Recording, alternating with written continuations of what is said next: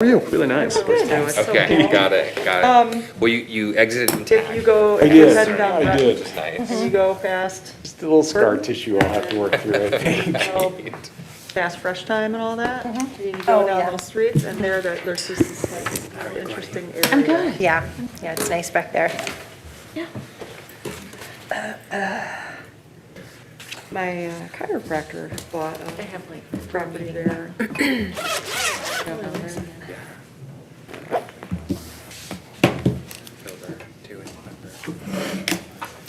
Well, Just be there for the first. That's the first one. Yeah, it's 5:59, how about you? Yeah. Yeah. Yeah, you don't have to do anything with that first one in December. I mean, they could make you sit through the whole thing, but I guess it's cake. Wow,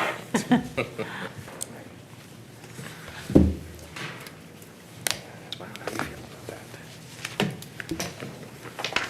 Ready for that next step?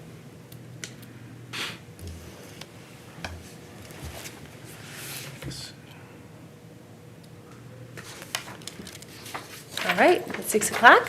Call this meeting to order. Everybody could please stand for the Pledge of Allegiance. I pledge allegiance to the flag of the United States of America and to the republic for which it stands, one nation, under God, indivisible, with liberty and justice for all.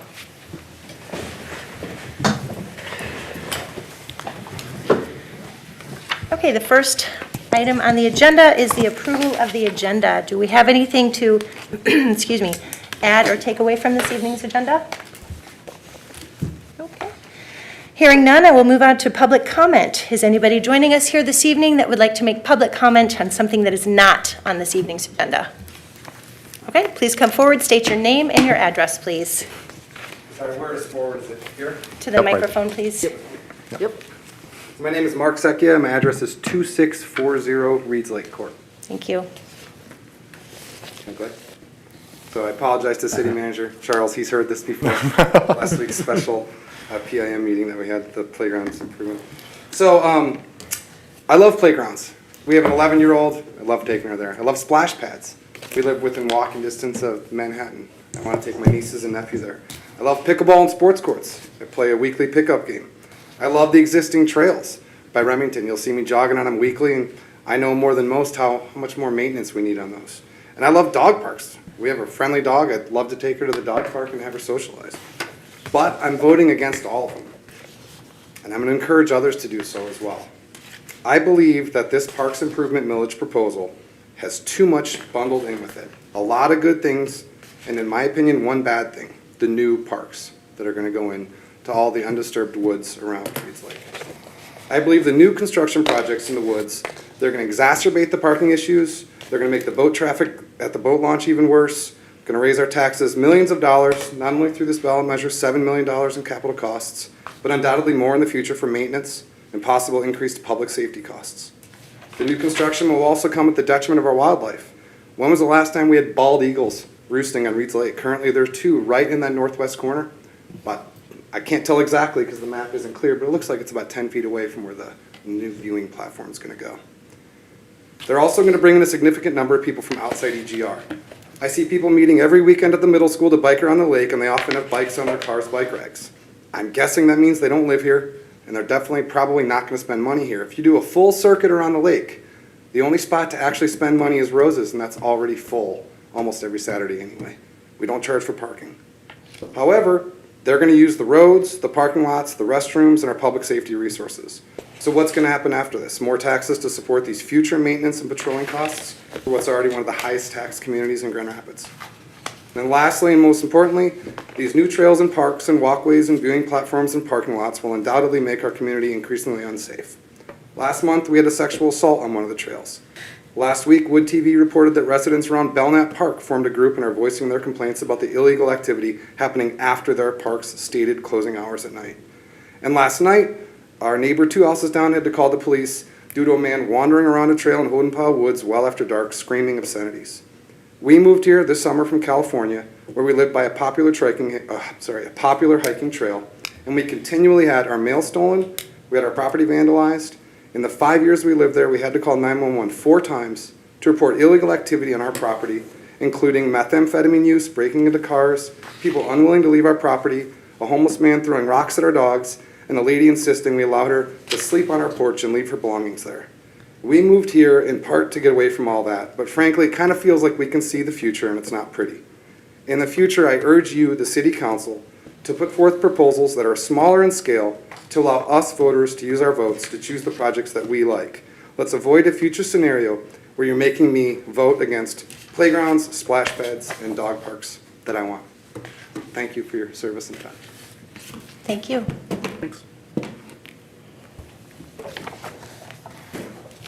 Is there anybody else joining us this evening that would like to make public comment to something that is not on this evening's agenda? No? Okay. Hearing none else, I will close public comment at this time and now move to the report of mayor and city commissioners. And I will start here on my left, Commissioner Arnhorst. I have nothing to report tonight, thanks. Thank you, Commissioner Hamrick. I would like to let everyone know that I attended the Michigan Municipal League Conference last week, which was about over the course of 3 days. And Mayor Favali was with me as well. And also, I saw Mr. LaFave there and Mr. Charles were there at some of the sessions. And it was really, really productive. I learned a lot. I think there were some great ideas, really good takeaways, things that we could maybe consider here in our own community. I learned a tremendous amount, and it was great to, connect with a lot of other people that are elected officials and also staff members from around the state. I agree. It's a nice opportunity. Great. Thank you. Commissioner Hexel. Nothing tonight, thank you. Thank you. Commissioner Pacla? Yeah, thank you, Madam Mayor. A reminder to our residents tuning in and those in the room that leaf pickup just out in the yard or out in the road starts next week as the first full week of October, second full week of October on October 11th. With that, a quick reminder to watch your drains across the city, our storm drains. We had a conversation earlier today about the number of drains that I've adopted to take care of with the Elgrow Adopt a Drain program. I'm officially up to 9 drains in the city right around me. Thank you for that. Now, I'm not a hero, they're right outside my door, so they're right there. But still, something for us to keep in mind is that, with the number of storm drains that we have and the impact of the water that we have coming down onto our systems, important to keep those clear. Thank you very much for that reminder, and those reminders. Thank you. Absolutely. Commissioner Duncan? I don't have anything tonight. Okay. I'll piggyback off of that, Commissioner Pacla. I too was running around. I have adopted 3 by me, and I think I'm considering 2 more. So because I was running around, it didn't matter. So cleaning, and then about 3 hours later, I had to go clean them again. So that's a good reminder, and I did post on Facebook about that. But yeah, the Elgrove website is a really nice way to adopt those storm drains. So if you're interested in doing so, please go to their website. I also just wanted to thank everybody who participated in the styrofoam recycling event this past weekend. It was another successful event, and we had a new vendor in place, and thank you so much to Public Works for letting us use the space in the parking lot for the event. Again, like I said, very successful, and we are now going to be doing 3 scheduled events per year. So look for the next recycling event to be at the Public Works. It's available in January, so shortly after the holidays. So save all that packaging, all the recycling from all those gifts, and bring them to us. We'll take care of them for you on January 8th. That's all I had. Mr. Charles? As Commissioner Pacla and the mayor sort of took my thunder on the rain, I will pass on that, other than just observe yesterday's rain event was about 1.5 to 2 inches of rain in an hour. So that's part of the reason we did see some localized storm surge attributable to the drains being blocked. The system overall performed, did really well, but for those that were unfortunately plugged with leaves, which is that time of year. Just to expand on the public comment we received a moment, we did have our millage education session. It was attended by 20 people. It was something that I included in last week's update to the City Commission. As Mr. Secchia noted, a lot of the focus of the conversation was concern expressed about the trails impacting Hodem Pile and Steckity Woods in particular. So there is some additional communication that we received the last week for Mayor and City Commission to take a look at. Our next session is October 11th, virtual, and then we do have another in-person session on October 19th. Staff and I are going to be talking, do we add another session in or not, based on some of the feedback that we got last week. Overall, the opinions that were expressed were strongly put at times, but I will compliment the community that overall it was also a very professional conversation, I guess is the best way I can describe it. So I appreciate the passion expressed. I also appreciate the decorum, I guess is probably the best word, that was used last week during last week's session. So with that, that is all I have this evening, Madam Mayor. Okay, I just want to add to that, thank you so much to you and to, I also know that Parks and Recreation Director was there, and also Karen Brower, our city clerk. Thank you so much for taking the time to be at those sessions and for having so many sessions. I think that this process, whether people are for it or against it, nobody can complain about the process because it's been we've asked for over and over resident input. So thank you so much for taking the time to do that. It's important. So now we'll go on to the regular agenda items. Agenda item number 5, strategic planning proposal, introduction by Mr. Charles. Thank you, Madam Mayor. Before you is a revised proposal on strategic planning session. Ideally, I'd like to shoot for either December or early January, potential Saturday session. We've scaled it back based on feedback from the Mayor and Commission and others. We are looking at starting 8:30, 9 o'clock in the morning and go most of the day on a Saturday. Give us some time to go over previous priorities, reaffirming those, any updates from staff, and then kind of get in a deeper dive of are there things that we would add, delete, things of that nature. Really give the Mayor and Commission and staff a chance to come together and talk through that. As is required by law and really important, this isn't a session that is open to the public. We will post it accordingly. We will identify a location that's conducive for such an effort. Total cost is estimated to be $3,000 plus expenses. Talking to Ms. Simonik, who has helped us in the past on process and whatnot, that she and I talked through, if we get to the point through that first session, suddenly realize that an additional session would be advantageous. That's something that we can add on. And then looking forward, it's something I would recommend to the City Commission that we move or incorporate this type of process on our annual budget and throughout the adoption of the annual budget. Doing it then kind of enables I and the team to make sure resources are aligned with any priorities that may come up during that session. So with that, any questions?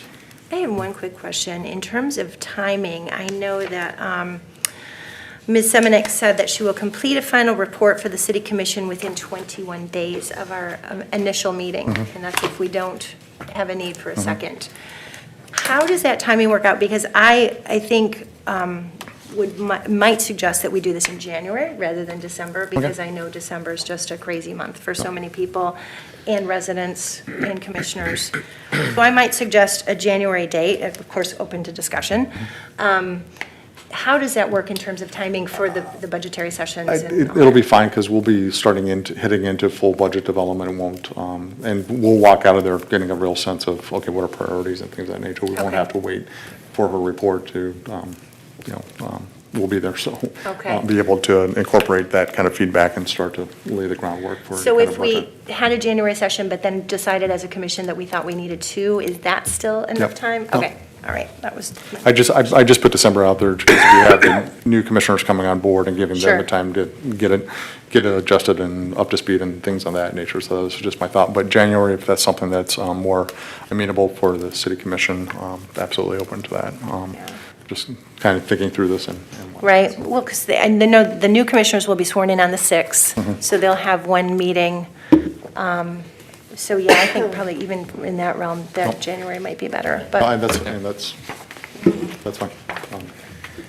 Mr. Charles, I couldn't get a sense from the proposal here, but thinking about using this one-day session most efficiently and effectively for us as a commission, for the city, and for our community, do you have any idea of what kind of pre-work might be useful to sort of streamline our efforts so that when we get there, we've sort of got something to start with and we're making the best use of that time? So I've utilized this type of approach in other communities. What you will get from staff is some sort of packet that will include a summary of work done to date. If staff identifies specific strategic initiatives that we want you to start to get on your radar, you'll get that at least a week, if not 2 weeks ahead of the session, so that you have time to go through and look at it, ask questions, or come in prepared for that.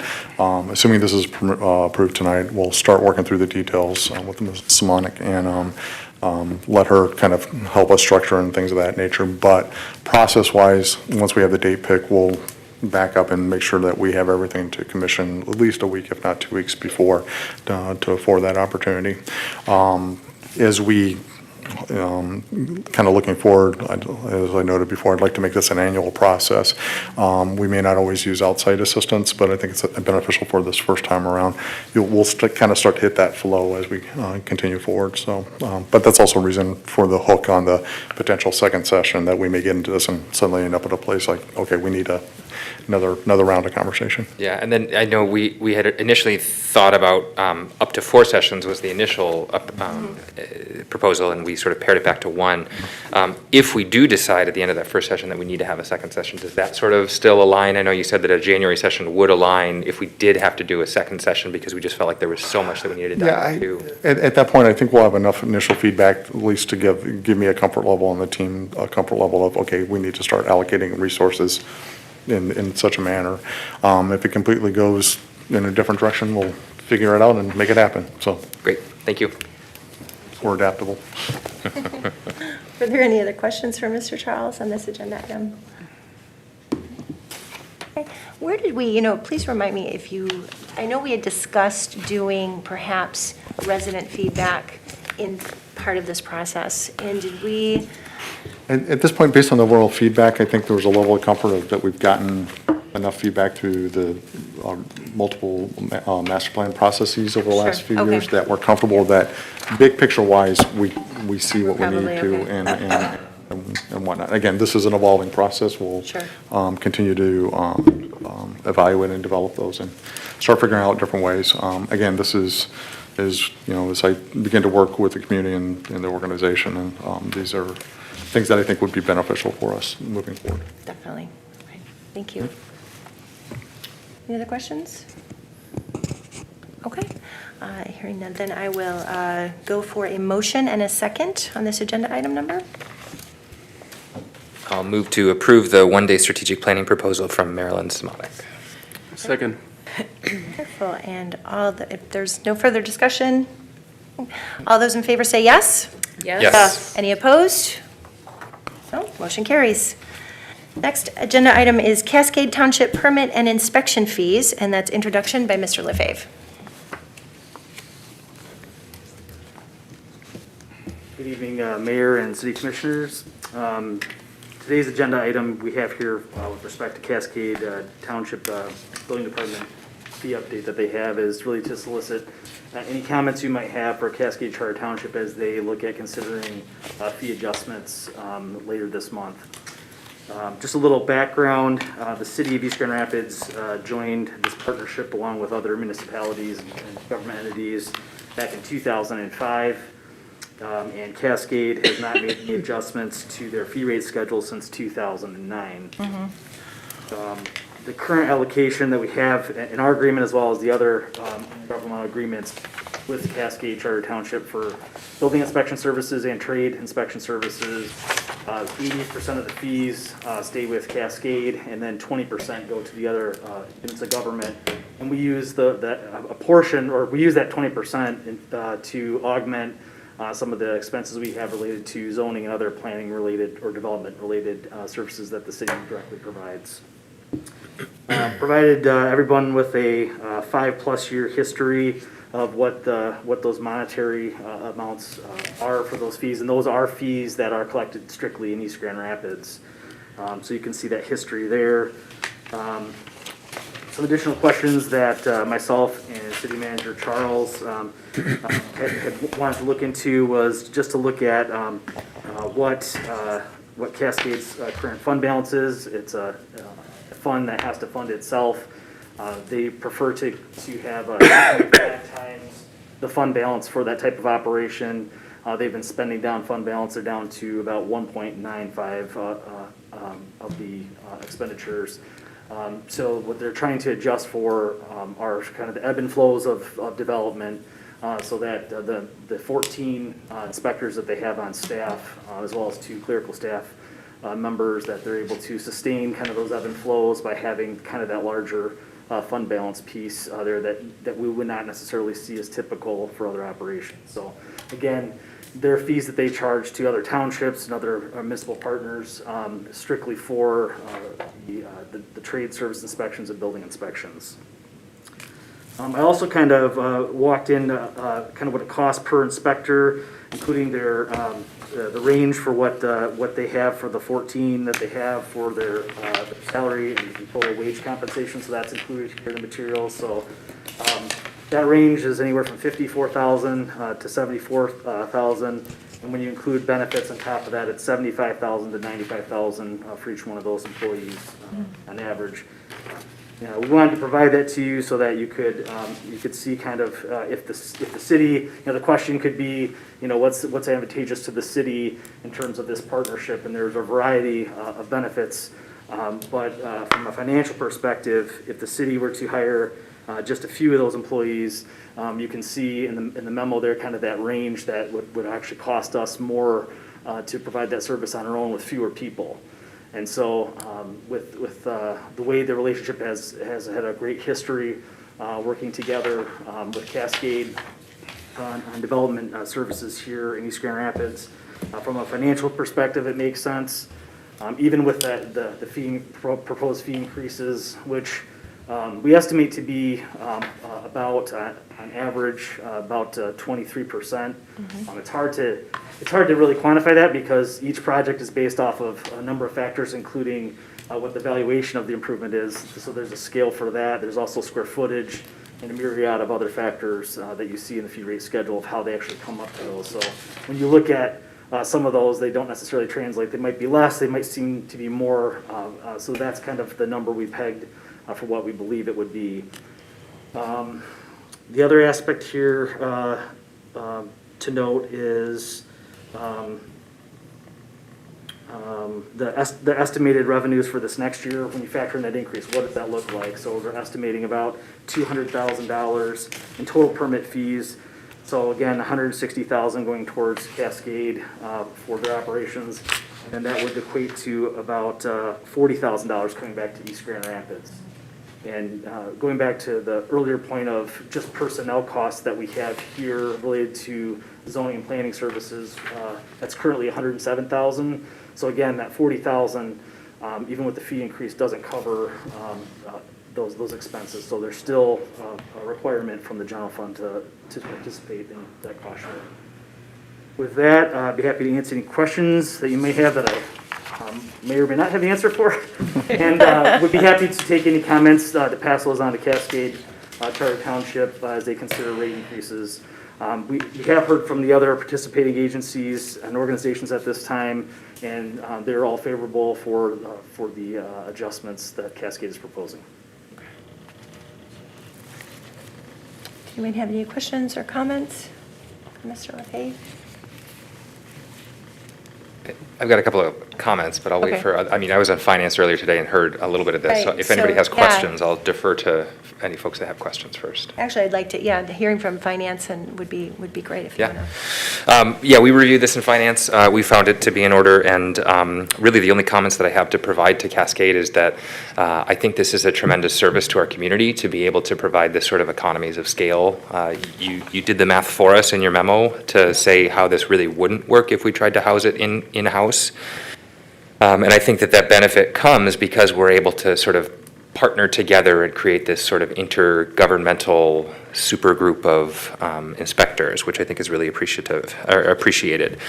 You know, even with that estimated 23% on average increase, with the table that you included in the memo to us, it still appears to be significantly under what many comparable communities are paying for inspections, building permits, those kinds of things. I mean, even just to read into the record a couple of these numbers, a $400,000 home in Cascade currently has an inspection fee of about $1,000, would go up to about $1,500, but in Kentwood would be $2,700, and in Ann Arbor, that same permit, exact same home, would be $3,200. So just sort of thinking about what that benefit is to our community, it's tangible right there to see that we are literally paying fewer dollars than some of our community members across the state simply because we're able to take advantage of this system.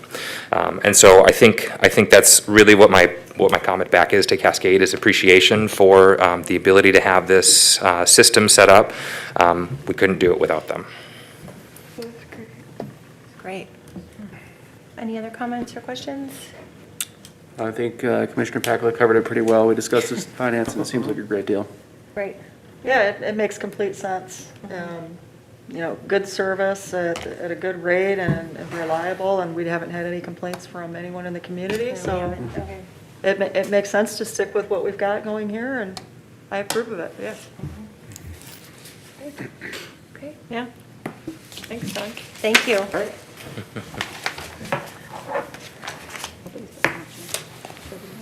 Okay, and that is no action requested, correct? Correct. Okay. So the next item on the agenda is the consent agenda items. May I have a motion and a second to pass the consent agenda items? Motion to approve the consent agenda. Second? Okay. All those in favor say yes? Yes. Any opposed? Motion carries. Okay. That is all we have this evening. All right. So, thank you so much. This meeting is adjourned. Easy. Brian, that the first meeting without a